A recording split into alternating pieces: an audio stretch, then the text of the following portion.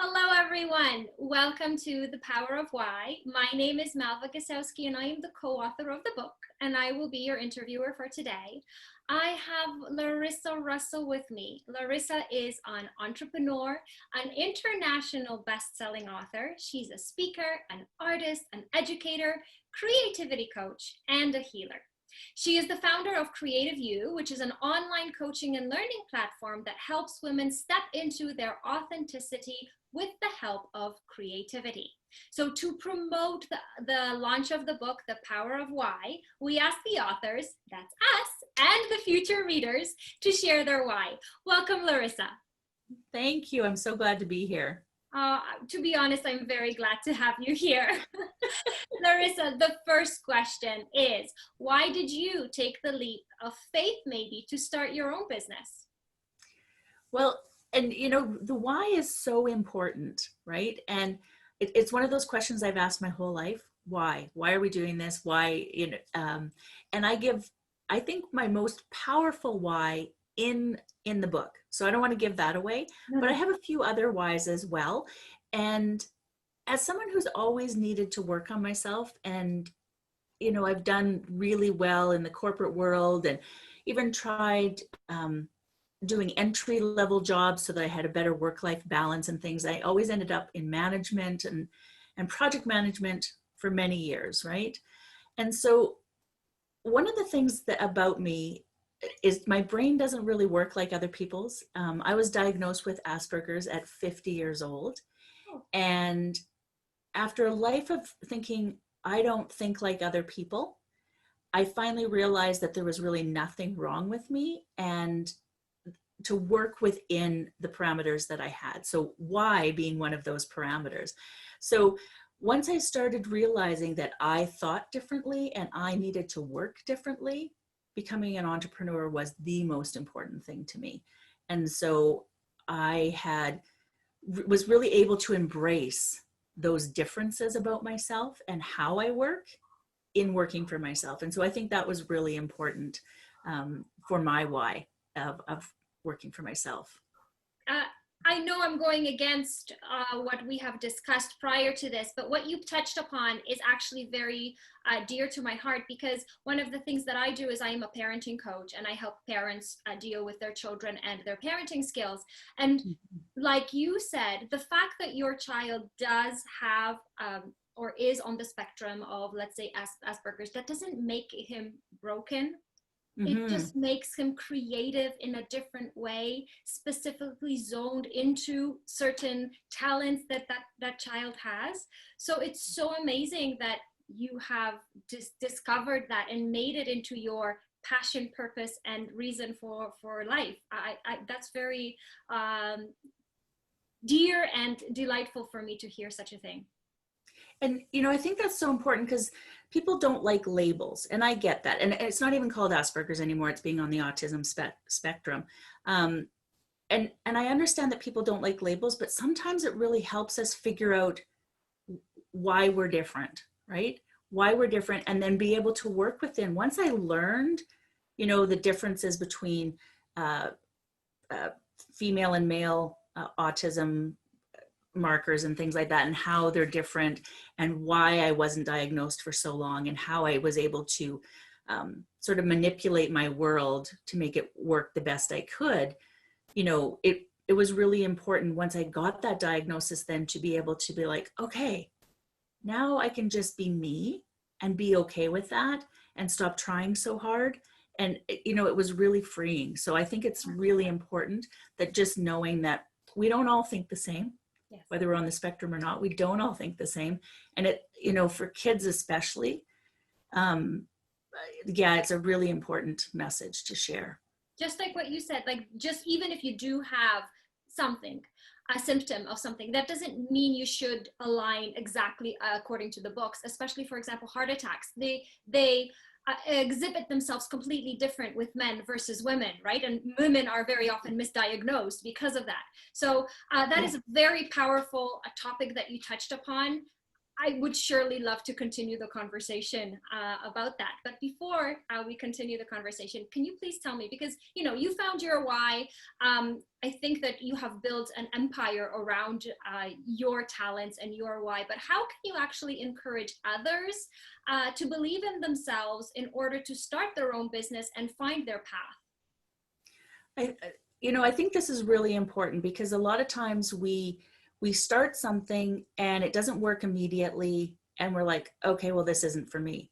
But once you have a passion and you figure out sort of what your why is, because I think that's important, each person needs to find their why, but just keep at it because, like you will hear most overnight sensations say, yeah, it took me 10 years to become an overnight sensation, or for me, it was 30. I have spent 30 years doing what I do in person. And then once I decided to go online, everything changed, right? So keeping up with the times, but also just keeping at it until you find what absolutely works for you.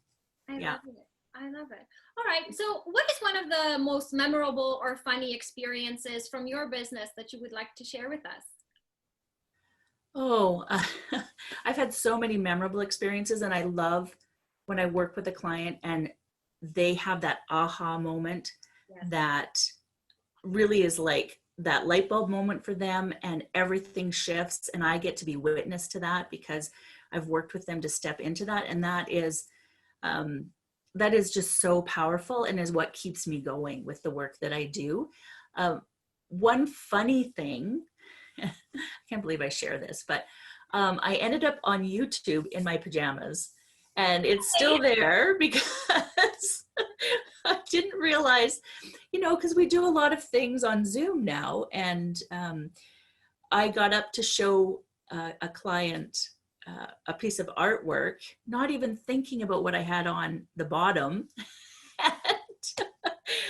And my assistant put it up there, and it's still there. I've decided to just go with it. It's funny. And but yes, you can find me on YouTube in my pajamas. Wow. Oh, you know what? Just because you said that, I'm going to Google it. Yeah. Well, you know what? You own your stuff. If you own your mistakes, if you own your funny moments, then people can't take that power away from you because, you're there. Okay, it happens. It's life. And that's the most beautiful thing, to actually feel, again, this powerful word, empowered with what you do every single day, even if it is a mistake or an oopsies, like with these.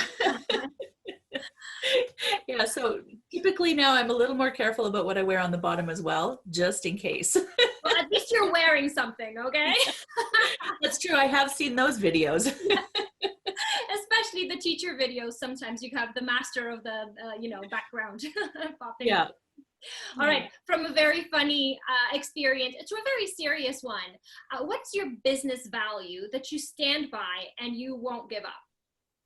For me, it's absolutely authenticity.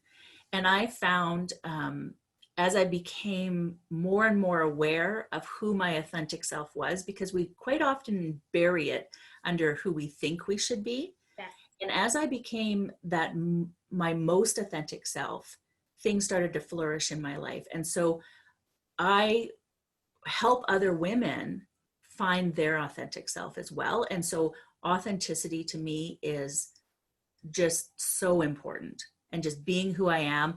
And that means that sometimes I'm weird and quirky, and sometimes I'm pretty awesome, and sometimes it's a combination of all of them, right? But and you'll either jive with me or you won't, and that's completely on you, not me. I just need to show up who I am and not worry about it. So that's really important to me. That's amazing. That is one of the things that I work with my clients, with my individual clients, with what you just had touched upon, which is, you are who you are, be proud of who you are, and what other people think about you is on them, not you. Yeah. Right? So I love it. Like, love yourself no matter, who you are. Of course, don't hurt others, be kind and have values, but still, don't let others influence you. I love it. You know, you mentioned in our conversation a few minutes ago that you had to adapt in some way. Can you share with us your story as to how, from a business perspective, you had to adapt in the recent times? Yeah. I mean, I've spent my whole life adapting, mostly because I had to take my cues from others on how to behave and how my reactions were supposed to be. And that was my Asperger's, right? That was um, because my brain doesn't quite click the same way as other people. So those social cues and things were really important to me. And um, so I've spent my whole life adapting. And now I actually worry much less about adapting, except for in business, you have to sort of go with the flow, right? So I've written whole programs and not sold them. But when I work with the people that I'm working with and put them through excuse me, put them through a program and write it with them, right? So constantly having to shift what's going to work best for my clients, what's going to work best to help people may not be what I think it is, right? So really being open to the fact that you have to shift and change at all times. And then if you look at what's happened with our world recently, I'm so grateful I was already online, but just having to shift to change up how we deal with people. You know, Zoom fatigue is a real thing right now. What is it called? COVID depression, because people are really struggling. So I put together programs like my meditation and journaling program to help people start their day in a more positive way and also with a connection with other people. So constantly adapting what people need to help them sort of navigate the world. And so you just have to be open to that as a business owner. It's really important. Okay. Yeah. I totally agree with what you're saying. I feel like I'm nodding my head all the time, but it's true. It's not out of kindness, but out of being in line with exactly what you're saying. Now, because I do have insider information, I'm super excited about a project that you are doing, but I would ask you kindly to share the project that you are currently working on that will help other women or other people to feel, like you said, at ease with the anxiety that is going on right now in the world. Oh, I'm so glad you asked me. So next week, so August 20 and 21, I've got a 2-day free retreat on healing with creativity. I've got a lineup of 16 speakers. And so it's 2 jam-packed days, like just like being at a retreat, but you get to do it online. And you can find that information at creativeu, that's the letter U.ca. And I just would be so excited to have people come check that out. There's going to be something for everyone.